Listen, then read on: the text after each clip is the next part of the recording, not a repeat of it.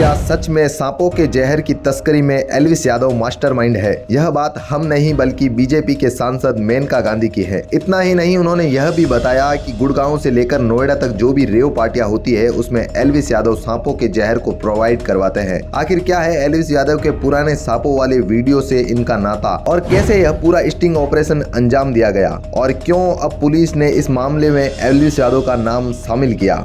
आज के इस वीडियो रिपोर्ट में हम इस पूरी जानकारी को जानने वाले हैं, इसलिए बने रहिएगा हमारे साथ वीडियो में एंड तक, ताकि आपको यह पूरा मामला समझ में आ सके और इसे लेकर कोई भी डाउट है जो आपके दिमाग में चल रहा है वो क्लियर हो सके। तो चलिए इस कहानी को डिटेल में जानते हैं। पिछले कुछ एक सालों से ऐसी रिपोर्ट सामने आ रही है जिसमें कहा जा रहा है कि दिल्ली की रेव पार्टियों में सांप के जहर की मांग बढ़ती जा रही है। लोग नशे के लिए सांप के जहर की तरफ तेजी से आकर्षित हो रहे हैं। द संडे गार्डियन ने कुछ समय पहले प्रकाशित अपनी एक रिपोर्ट में कहा कि दिल्ली की रेव पार्टियों में सांप के जहर से बनी गोलियां या फिर सीधे ही सांप से कटवाकर नशा करने की चलन तेजी से बढ़ती जा रही है। वो कहते हैं कि सांप के जहर ने पिछले कुछ सालों में पार्टियों में अपना प्रभाव बढ़ा दिया है, लेकिन अधिकतर लोग इसे खरीद नहीं सकते हैं। सांप के जहर का आसानी से मिलना मुश्किल है। लोग तो नशे के लिए सीधे ही सांप से डसवाने के लिए भी तैयार रहते हैं। इससे उन्हें लगता है कि उनकी शक्ति बढ़ती है और उत्तेजना मिलती है। अगर किसी ने एक बार इसका नशा कर लिया तो वो दोबारा इस नशे के लिए जरूर वापस आता है।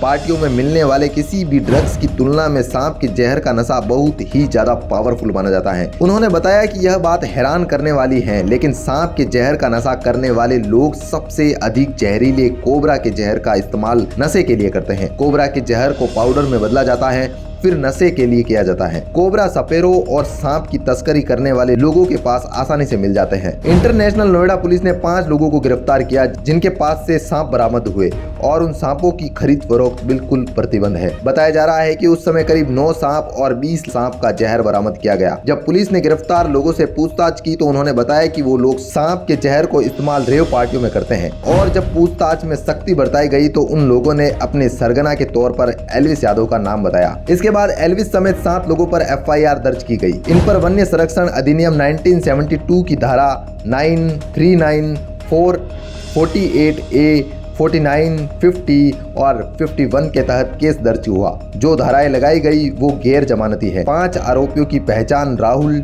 टिट्टूनाथ, जयकरण, नारायण और रविनाथ के तौर पर हुई। लेकिन अब सवाल यह है कि इन सांपों और जहरों का किया जाता है। नोएडा के फॉरेस्ट ऑफिसर प्रमोद जी ने बताया कि सांपों के जहर का उपयोग रेव पार्टियों में होता है और इनका नशा करने के लिए उपयोग किया जाता है। उनकी तरफ से यह भी बताया गया है कि यूट्यूबर की एक गैंग है जो इस तरह की पार्टी को ऑर्गेनाइज करके लीड करती है और जैसे ही यह मामला वायरल हुआ तो एल्विस यादव ने अपनी तरफ से एक वीडियो बनाकर सोशल मीडिया पर पोस्ट किया और कहा कि अगर मेरा इसमें 1% भी हाथ है तो मुझे सजा दी जाए।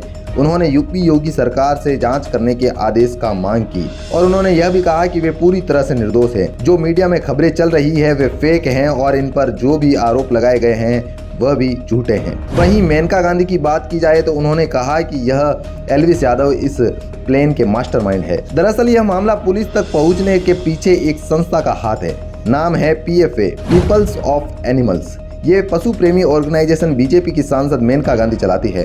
इस संस्था में काम करने वाले गौरव गुप्ता ने सेक्टर 49 थाने में एक शिकायत दर्ज करवाई। इस शिकायत में एल्विस यादव का नाम भी लिया गया था। कहा गया है कि वो अपने गिरोह के साथियों के साथ नोएडा और NCR के फार्म हाउस में जिंदा सांपों के साथ वीडियो शूट करवाते हैं, साथ ही गैर कानून रूप से रेव पार्टियां करवाते हैं। आरोप में यह भी बताया गया इन पार्टियों में विदेशी युवतियों को बुलाया जाता है और पार्टी में सांप के जहर को नशीली चीजों से सेवन करवाया जाता है।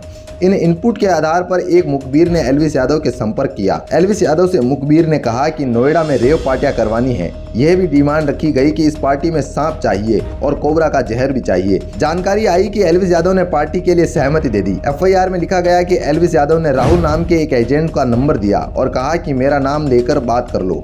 इसके बाद मुखबिर ने एजेंट राहुल का नंबर मेनका गांधी के ऑर्गेनाइजेशन तक पहुंचाया और इस प्रकार यह मामला पुलिस के हाथों चढ़ गया। अब यहां तक आप पूरा यह मामला समझ चुके होंगे। अब बात करेंगे इस मामले को लेकर चल रहे आरोप प्रत्यारोप और राउंड की। हमने आपको अभी बताया कि मेनका गांधी NGO की टिप्स पर पुलिस ने रेड मारी थी। अब मेनका गांधी ने एल्विस यादव को इस पूरे प्रकरण का सरगना बताया है। हालांकि इस दौरान एल्विस यादव को राजस्थान के कोटा में ग्रामीण पुलिस द्वारा हिरासत में लिए जाने का भी एक वीडियो सामने आया था, लेकिन कुछ देर बाद उन्हें वापस छोड़ दिया गया। अब देखा जाए तो यह मामला पूरी तरह से शांत नहीं हुआ है। इसे लेकर जांच चल रही है और जो भी इसे लेकर नई नई अपडेट आती है वो हम आप तक जरूर पहुंचाएंगे।